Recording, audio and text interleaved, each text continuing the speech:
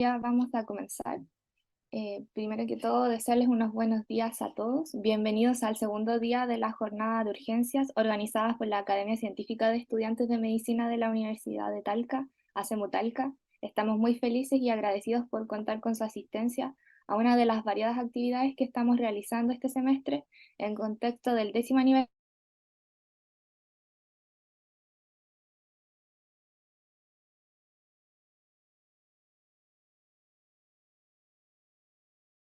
en la Pontificia Universidad Católica de Chile. Él es un urgenciólogo que trabaja en la red de salud UC Christus y también actúa como coordinador de docencia y pregrado del jefe del internado de medicina de urgencias y también es profesor adjunto de la sección de medicina de urgencia de la Pontificia Universidad Católica de Chile. Hoy él nos dará una clase acerca de patrones de CG de alto riesgo y síndrome de coronario agudo. Muchas gracias, doctor, por aceptar nuestra invitación. Hola, no hay ni un problema. Eh, Voy a compartir. Me avisan porfa si es que hay algún problema. Ya, doctor. Ya, todo ¿Se bien. ve ahí? Sí, Ya, se ve bacán. súper. Entonces, bueno, muchas gracias por la invitación. Eh, Mi nombre es Alonso Miguel, soy urgenciólogo de la Cato. Y durante los próximos 20 a 30 minutos espero poder comentarles algo que a mí me gusta bastante, me fascina bastante, eh, que es algunas cosas especiales sobre el electrocardiograma. ¿Ya? Estamos acostumbrados a pensar en el electrocardiograma como supra o no supra, o así nos enseñan muchas veces, pero la verdad es que el electrocardiograma entrega un montón de otra información. Se puede utilizar en el contexto de intoxicaciones, se puede utilizar en el contexto de alteraciones metabólicas, eh, con alteraciones neurológicas. Entonces, la verdad es que es una herramienta muy, muy útil para nosotros en el servicio de urgencia. Ahora, lo que les quiero presentar hoy día son algunos patrones de riesgo cuando estamos sospechando síndrome coronario agudo, que son tanto o más graves que un supraesnial del ST o un infarto transmural. Eh, Hay harta foto en esta presentación, así que primero de todo contarles de que esta presentación está liberada. Si hacen clic, o sea, si le sacan una foto ese QR, los va a llevar a una carpeta compartida donde pueden descargar estas y otras clases que están preparadas más o menos relacionadas con el tema. Para que puedan ir mirando los PDF de las imágenes por si les queda alguna duda y obviamente para revisar y compartir con el mundo mundial. ¿Ya? Entonces, quisiera presentarles 5 patrones de riesgo que yo no conocía cuando salí de la carrera, ya hace harto tiempo, pero hoy en día se han ido masificando, pero creo que no han tomado la importancia que deberían en el contexto del manejo del síndrome coronario agudo o el infarto transmural en el servicio de urgencia, porque esta información no ha llegado del todo a las guías clínicas más importantes, como la de la Sociedad Europea, de la AJA, y menos aquí en Chile aún. Y los 5 patrones, o las 5 características que les quiero hablar son estos, son los patrones o la ley de Ascarbosa, el patrón de Behlens, las TD de Winter y el infarto posterior y el infarto lateral alto, que muchas veces se nos pueden pasar o los podemos subestimar en el primer electrocardiograma. Entonces, todo lo que vamos a hablar ahora va a ser simulado, obviamente, pero porfa, imagínense que están evaluando a un paciente hombre de 69 años que tiene factores de riesgo cardiovasculares, fuma, es diabético, es medio mal portado, y llega a su servicio de urgencia a esta hora, un sábado a las 9 de la mañana, con dolor torácico. Como bien nos dicen las guías clínicas y nuestro propio GES, si este paciente llega a la categorización, al triage y dice, hola, me duele el pecho, lo primero que tenemos que hacer es obtener un electrocardiograma, sin obtener ni siquiera un poquito de historia muchas veces. Eh, entonces, vamos a revisar distintos casos, simulando que estamos viendo un hombre de 69 años con dolor torácico. Vamos con el primero. Doctor, llegó un paciente al triage que dice que le duele el pecho y tiene este electrocardiograma. Entonces, traten de darse un momento para analizarlo. Yo los voy a ir ayudando, los voy a ir acompañando, para ver si encontramos alguna alteración que nos haga decir, oye, este paciente tiene que pasar al reanimador, a la sala de resucitación, tenemos que reperfundirlo, trombolizarlo, derivarlo, etc. Primero de todo, deberíamos ver la frecuencia. Um, Más o menos a 100 por minuto. Eh, Se ve regular. El ritmo me parece que es sinusal, porque si miramos D1, tenemos una P ahí, una P positiva, En ABR tenemos una P negativa, espero que se vea mi cursor, si no, bueno, síganme con la voz, ¿no? Y tenemos otra P ahí en V1, vaca 1. Entonces, eso nos habla de que probablemente este es un ritmo sinusal medio taquicárdico. Vamos a ver, el eje está positivo en D1, está negativo en ABF, o sea, tenemos un eje desviado a izquierda, que no es normal, pero el QRS está ancho, y está ancho con una morfología característica de un bloqueo de rama izquierda. Tenemos una ínfima R con una profunda S en B1, una R en B6, y que incluso en la pared lateral alta, como D1 y ABL, está como cortada, como si le hubieran cortado la punta con una tijera, es una R mellada. Y eso es bien característico de un bloqueo de rama izquierda. Entonces, tenemos un paciente con dolor torácico, taquicardia, o límite de la normalidad en la frecuencia cardíaca, y dolor torácico, y un bloqueo de rama izquierda. Entonces, aquí nos enfrentamos al primer problema, porque cuando tenemos un bloqueo completo de rama izquierda, la verdad es que es difícil hacer el diagnóstico, no es evidente, no es directo, no es como decir, ah, tiene un supra gigante, vamos a reperfundirlo, vamos a trombolizarlo, vamos a activar hemodinamia, etcétera.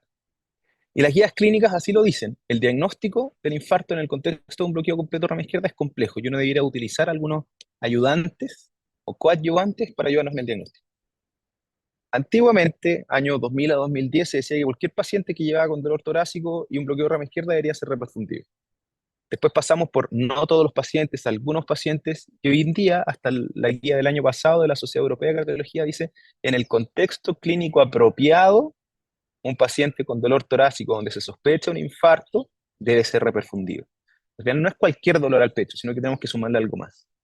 Pero por suerte ya tenemos o contamos con algunos algoritmos diagnósticos que nos van a permitir, al analizar el electrocardiograma, tratar de diagnosticar con mayor certeza los pacientes que sí tienen indicación de reperfundirse, de que les pasemos el Terecteplase o que activemos a hemodinamia. Que no tiene ni una gracia llamar al cardiólogo y decirle que tengo un bloqueo de rama izquierda, pero ¿está infartado o no está infartado?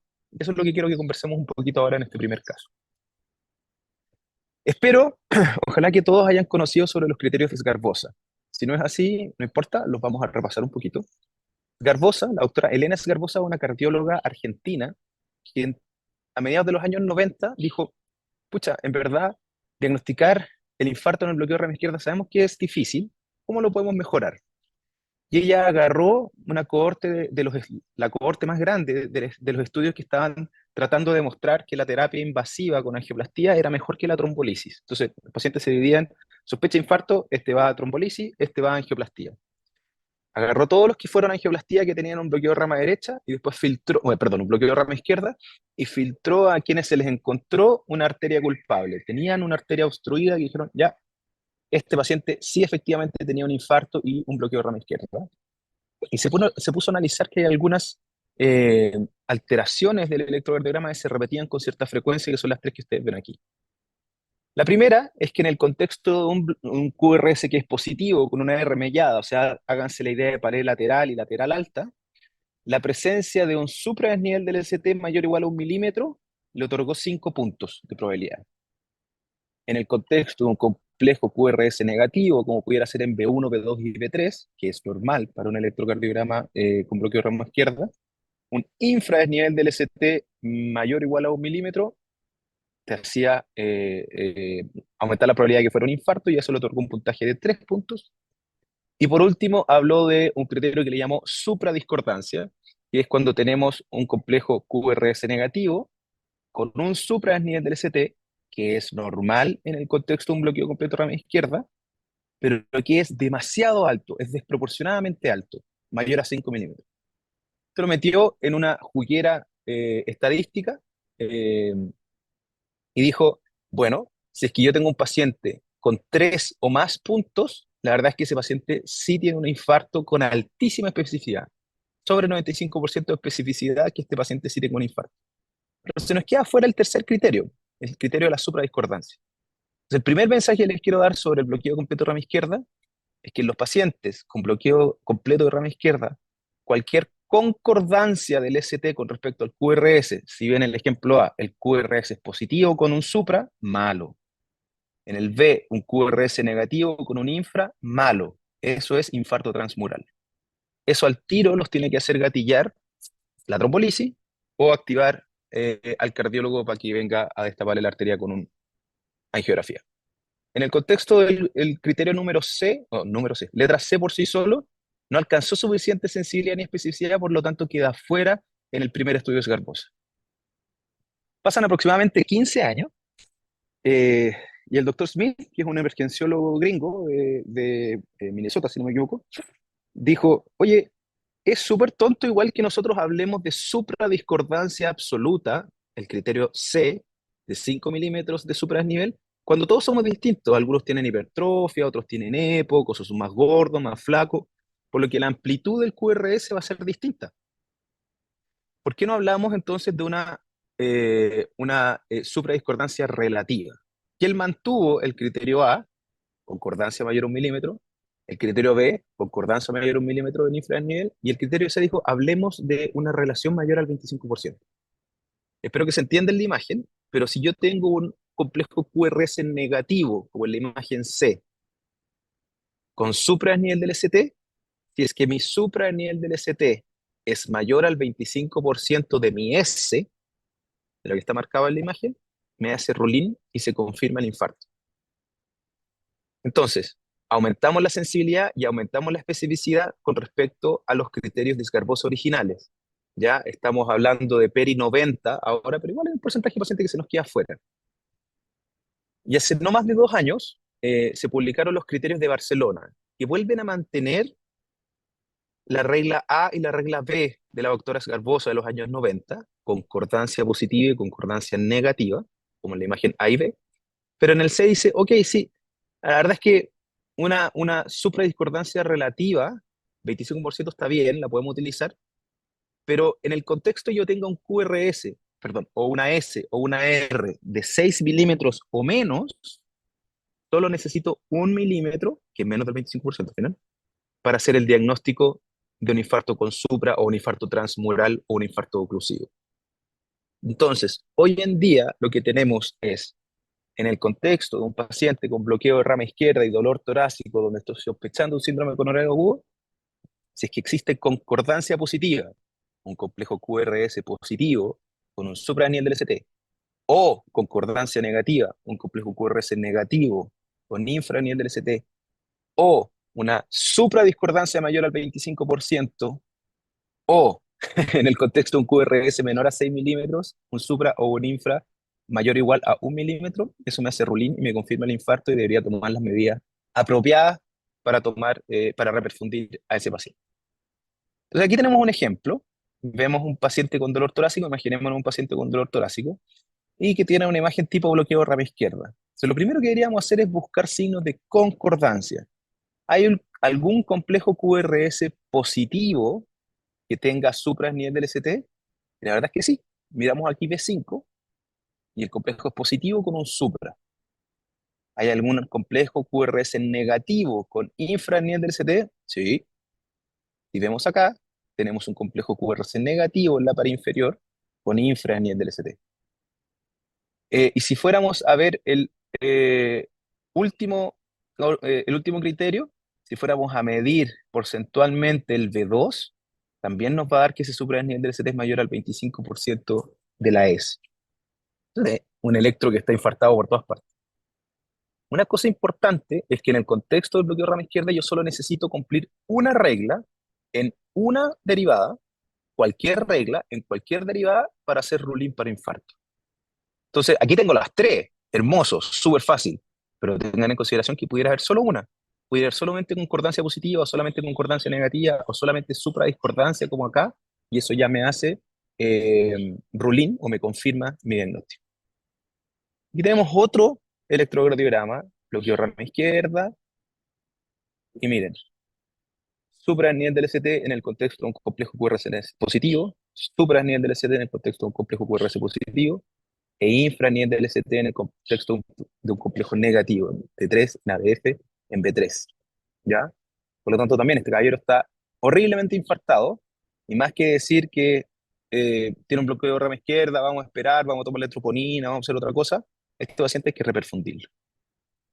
Entonces, el primer mensaje, el primer caso, conozcan que el diagnóstico del infarto con supra, o el infarto transmural, o el infarto oclusivo, que son todos sinónimos, en el contexto de un bloqueo completo de rama izquierda, es difícil, Pero tenemos lo que se llama la ley de apropiada discordancia, que publicó la doctora Scarbosa, y que después fue modificada por el doctor Smith y nuevamente hace poco modificada por los criterios de Barcelona. Cualquiera de ellas por sí sola, en cualquier derivada, ya me hace diagnóstico de infarto transmural. ¿Bien? Bueno, sigamos nuestro segundo caso.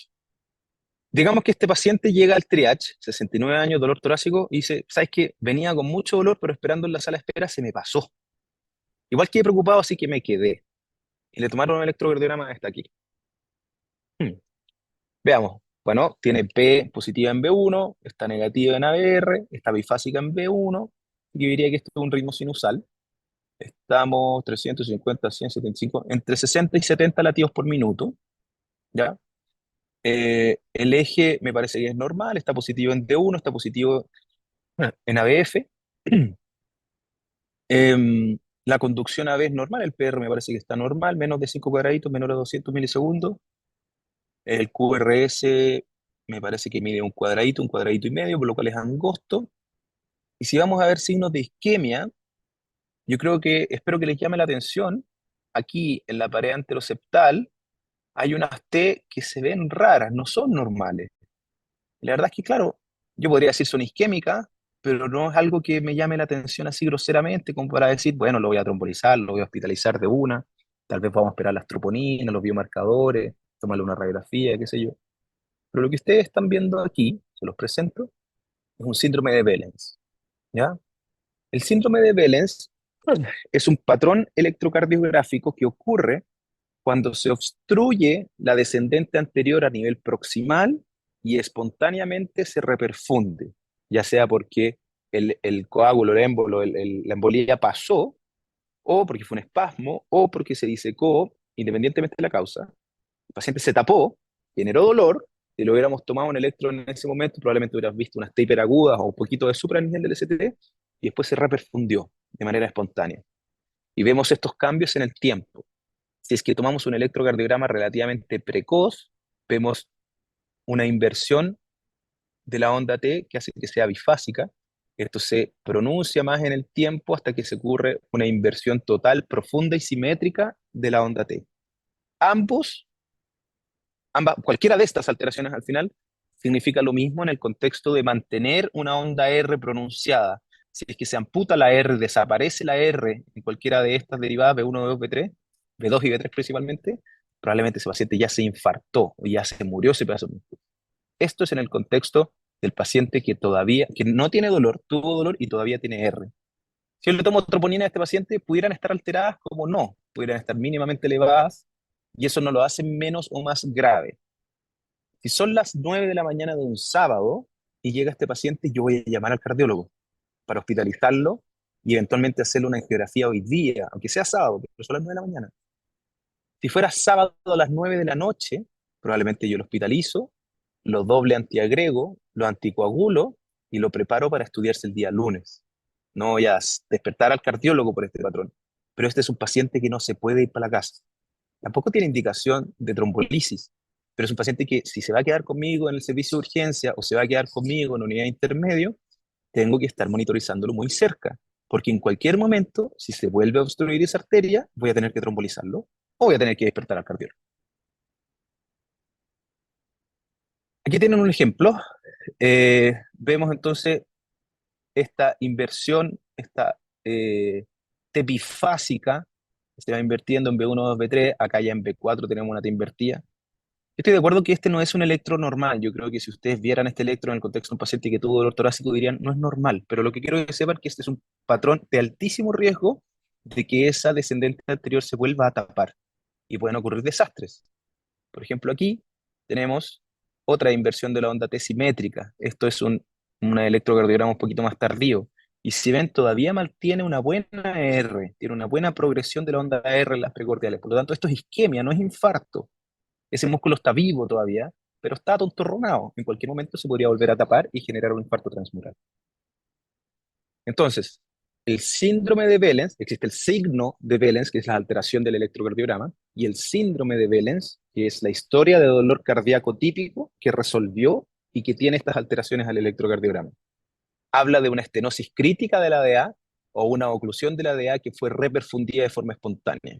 Altísimo riesgo de que eso se vuelva a tapar y ese paciente genere un infarto extenso de toda la pared anteroseptolateral, ¿ya?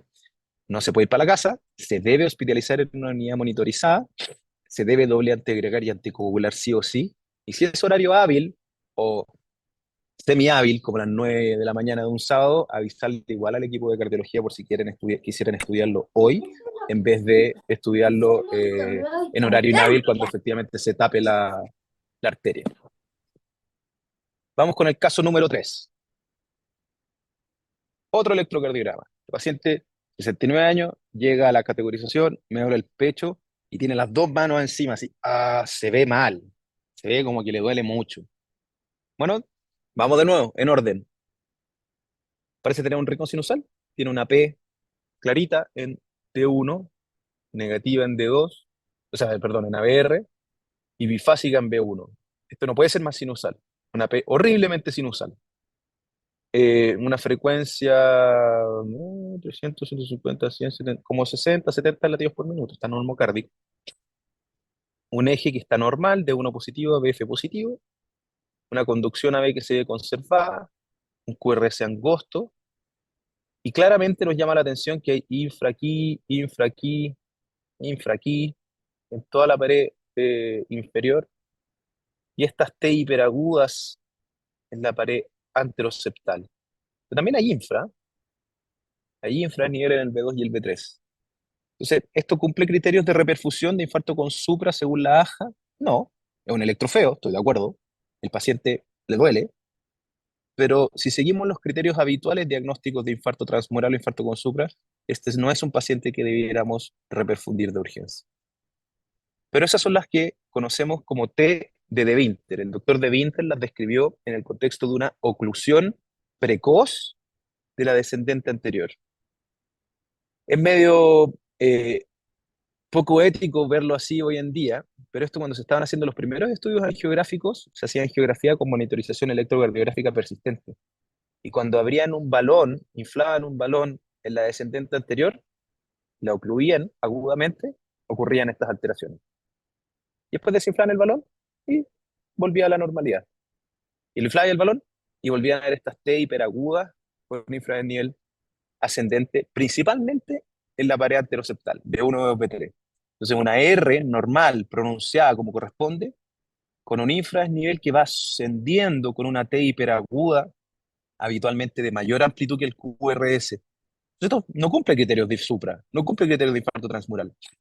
Pero en un ratito más sí. Si yo no hago nada por este paciente que tiene dolor y tiene este electrocardiograma, va a comenzar a infartar un extenso territorio del miocardio que nos va a meter en problemas. Aquí tienen un par de ejemplos. Eh, Fíjense en el B2 y en el B3 principalmente, este infranivel del ST ascendente con una tremenda T simétrica, y aquí ya está empezando a perder la R, ya no tiene R en B2 y B3. Este paciente tiene dolor activo, yo todavía lo voy a considerar como síndrome coronariano agudo. Este es otro ejemplo, que tiene infra en muchas partes, pudiera tener incluso un poquito de supranivel en ABL, pero acá lo importante que quiero que vean es el infranivel del ST ascendente de B2 y B3, B4 también. Patrón de altísimo riesgo, que si yo no hago nada, va a ocurrir esto. Ahora sí ya tengo un supra extenso de 1, ABL, B2, B3, B4, B5 y B6, con infranivel del ST o cambio recíproco en la pared inferior. Este ya es un infarto hecho derecho de la descendente anterior y aquí ya hay daño, llegamos tarde al final. Aquí deberíamos haberlo hospitalizado, doble antegregado y trombolizado probablemente. O llamar al cardiólogo, oye, Juan, despierta, tengo un paciente con una TD de Winter que está con dolor, así que necesito que lo vengas a reperfundir. Resumen de la alteración de T de Winter, son T altas, simétricas, con un infranivel del ST ascendente, principalmente en la pared anteroseptal B1, B2, B3, y que traducen una oclusión aguda proximal de la descendente territorio isquémico, que si yo no hago nada, se va a infartar. Si llegamos ya al supra, ya llegamos tarde. Así que espero que cuando vean estos patrones los puedan reconocer y puedan molestar a quien corresponda para que se tome una conducta apropiada. Vamos al cuarto caso. Paciente, masculino, 69 años, dolor torácico, llega a la categorización, le toman un electrocardiograma, tiene esto. Nuevamente parece estar en ritmo sinusal, el eje está normal, QRS es angosto, la conducción auriculoventricular es normal. ¿Ve? Tal vez ahí tiene un poquito de infra en B5, en B4, en B3, pero criterios de supra per se no cumple. Más de 1 milímetro, derivadas contiguas. No, no me parece que sea un infarto con supra. Pero lo que están viendo aquí es un infarto aislado de la pared posterior. El infarto de la pared posterior tiene que ver con una oclusión de la circunfleja distal que no se va a ver en el electrocardiograma tradicional de 12 derivadas. Y pudiéramos no sospecharlo en un paciente con dolor y con este electro. Pero lo que quiero que se den cuenta es que la alteración, el infranivel del ST en pared anteroseptal B1, B2, B3, con un infra que es horizontal, es casi plano a la línea roja del electrocardiograma, con una R que se ve más alta de lo que debería ser. La R en B3 debería medir 3 milímetros en un paciente normal. Sé que va a cambiar dependiendo de la morfología, de la hipertensión, de la hipertrofia, etcétera. Pero en B2 tiene harta R, tiene casi 5 milímetros de R en el contexto de un infranivel del ST. Aquí lo vemos más de cerca y más grosero. Hay un QRS con un infranivel del ST que es muy plano, va prácticamente paralelo a las líneas del electrocardiograma. ¿Y qué es lo que estoy viendo aquí? Bueno, el primer tip es que si tú lo das vuelta, inviertes el electrocardiograma, ahora parece un supra, ¿o no? Parece una Q con un tremendo supra e inversión de la onda T. Y eso es porque estamos viendo una imagen en espejo de la pared posterior. Esto es algo que ustedes pueden hacer con cualquier electrocardiograma, pero lo ideal es tomar derivadas posteriores, que son obtener la derivada B7, B8 y B9, que se ponen como están ahí en la imagen, utilizando la escápula de referencia. Tú puedes sacar el B1, B2, B3 y lo pones como B7, B8, B9. O correr todo el electrocardiograma. El B1 va donde va el B4, el B2 donde va el B5, el B3 donde va el B6, y así sigue, 7, 8, 9. Y te va a quedar un electrocardiograma con derivadas posteriores. Y en las derivadas posteriores no necesitamos 1 milímetro para hacer el diagnóstico, 0,5 milímetros de elevación del segmento CT. Aquí tienen el paciente, un infranivel del ST con una R alta en B2 y B3. Tiene harta R, pero tengan la consideración de que eso probablemente es una Q.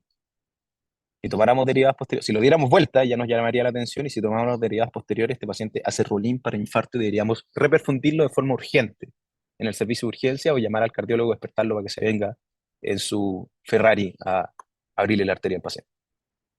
Entonces, el infarto agudo al miocardio de la pared posterior aislada es muy raro, es rarísimo, pero eso nos va a pasar. Se nos va a pasar si es que no conocemos este patrón. Debemos sospecharlo en pacientes que tienen un infranivel del ST muy horizontal en la pared septal, B1, B3, con una R alta, como desproporcionadamente alta a como debiera ser en un paciente que no tiene hipertrofia derecha, por ejemplo. Podemos simplemente o artísticamente dar vuelta nuestro electrocardiograma para ver derivadas posteriores. Lo más correcto, lo más elegante, es tomar un electrocardiograma con derivadas posteriores B7, B8, B9, y con eso aumentar nuestra posibilidad diagnóstica, recordando que solo necesitamos 0,5 milímetros para hacer el diagnóstico. Bien, último caso. Eh, Paciente llega con dolor, 69 años, dolor al pecho, le toman un electrocardiograma, ¡pum! Ya, aquí espero que todos estén de acuerdo en que este no es un electrocardiograma normal y que tiene supraesmie del ST, que tiene cambios recíprocos, como que no se nos va a pasar este electrocardiograma. Vamos a tomar la conducta apropiada. Tiene supra en D1, en ABL, tiene infra en pared inferior, tiene infra ahí en ABR, en B1, perdón, con supras acá, uff, y perdió la R, no tiene RI, no tiene RI, no tiene RI. Un tremendo infarto.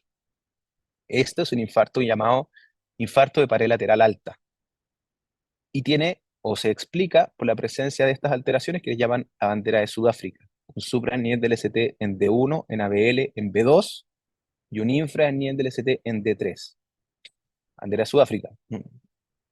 Yo creo que hubiera buscado algo mejor, pero sí está escrito, y espero que se acuerden con esta como la cola de la flecha, de 1 ABL, B2 con Supra y de 3 con eh, infranivel del ST. Aquí tienen otro ejemplo, ya, bien, Supra, ay, perdón, Supra en D1, Supra en ABL, infra en D3 y Supra en nivel del ST en vaca 2.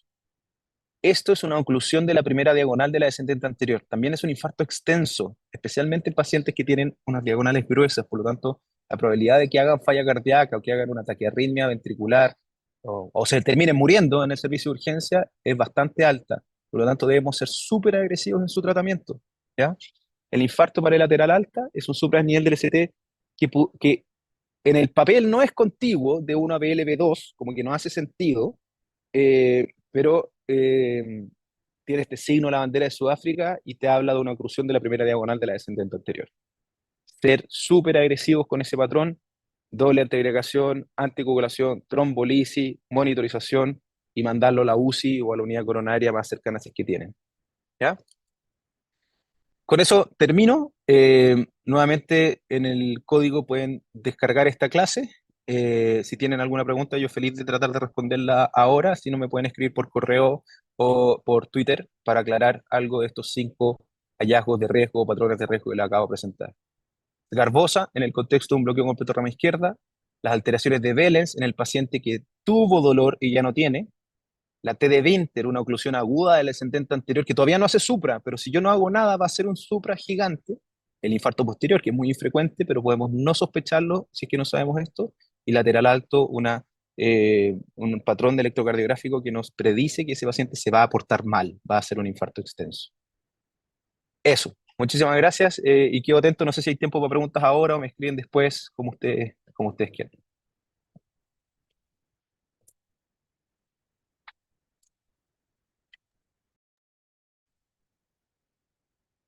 Bueno, muchas gracias, doctor, por su charla. La verdad es que es bastante como eh, interesante conocer que existen estos patrones en realidad que no son tan frecuentes y que a uno tampoco se los enseñan. Entonces, es súper importante conocerlos para que no se nos pasen esta emergencia y salvar la vida de los pacientes. Así que Eso, muchas hacer gracias, lo que se pueda. doctor.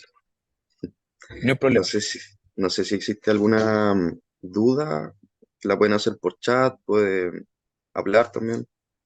Que se tiren, ¿no?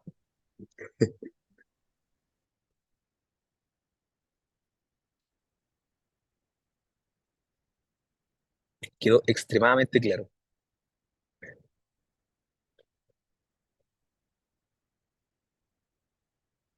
Ya, chicos, ni un problema. Si quieren, me contactan por correo, o si no, por el Twitter, como sea. Sigan estudiando, pásenlo bien, y quedo atento si es que necesitan algo.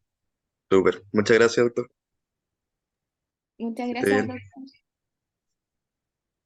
Ya, les voy a dejar por el chat el correo del doctor, por si tienen alguna duda.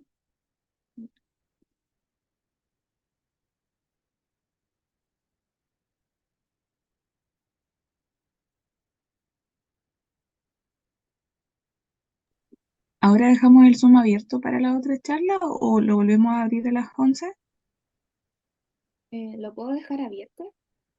Sí. Igual de todas formas la sala va a quedar abierta, entonces si salen pueden entrar cuando gusten. Sí, y recuerden que la próxima charla comienza a las 11. Sí, a las 11. Y contaremos con la charla de cuándo y cómo intubar en el escenario de urgencias, y esta será dictada por el doctor Sebastián Ramírez, urgenciólogo, también de la Universidad Católica de Chile.